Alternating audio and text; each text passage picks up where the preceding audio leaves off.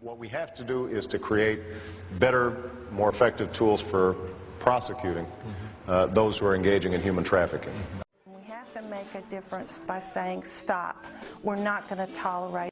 If you let people know this is a real issue, I think in their heart of hearts, they're going to agree it's not something that can be tolerated. It is an opportunity to place a renewed focus on prevention and the root causes of trafficking, along with prosecution and protection. Prevention is one of the 3 Ps of the anti-trafficking fight. We have to educate and inspire our sons, not just deal with it legally and change laws and everything else.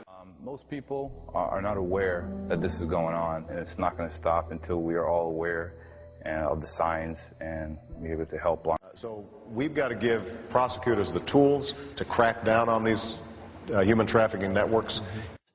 Because really that's how we can solve it. Law enforcement will not solve this problem. They can be a part of the puzzle, a piece of the puzzle, but they're not going to solve it. It's going to have to come from a community-engaged group. We said, what can we do about this? She claims it is common for a 50-year-old man to buy sex from a 12-year-old girl. Traffickers look for where kids are going to be vulnerable. They are coerced, they are beaten, they are induced with drugs. I found that within the first 24 hours, the trafficker will physically abuse, usually sexually abuse, a child or a woman who they have trafficked. And so it's to get into their mind right away that I own you, I dominate you, you try and leave, this will happen again. And these traffickers are saying, we'll kill your family if you try to escape.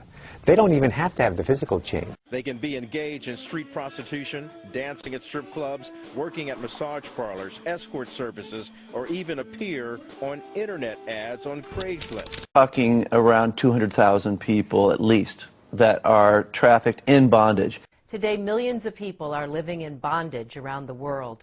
Under threat of violence, they are forced to labor in fields and factories, to work as domestics in homes that might as well be their prisons, and to walk the streets as prostitutes and beggars. Today, at least 12 million people worldwide are victims of trafficking, and that estimate is certainly too low. In our country, sadly, there are thousands who are trapped in various forms of enslavement. Not something that only happens over in Thailand or Romania, but it's here in our own cities, in our own neighborhoods, our own suburbs. We found it was taking place here, but not only here. Other major cities, Orlando that we've traveled to, or Houston, Texas, for instance, one of the top cities in the country, Las Vegas, which is well known for some of these types of activities. Now, sex trafficking happens everywhere.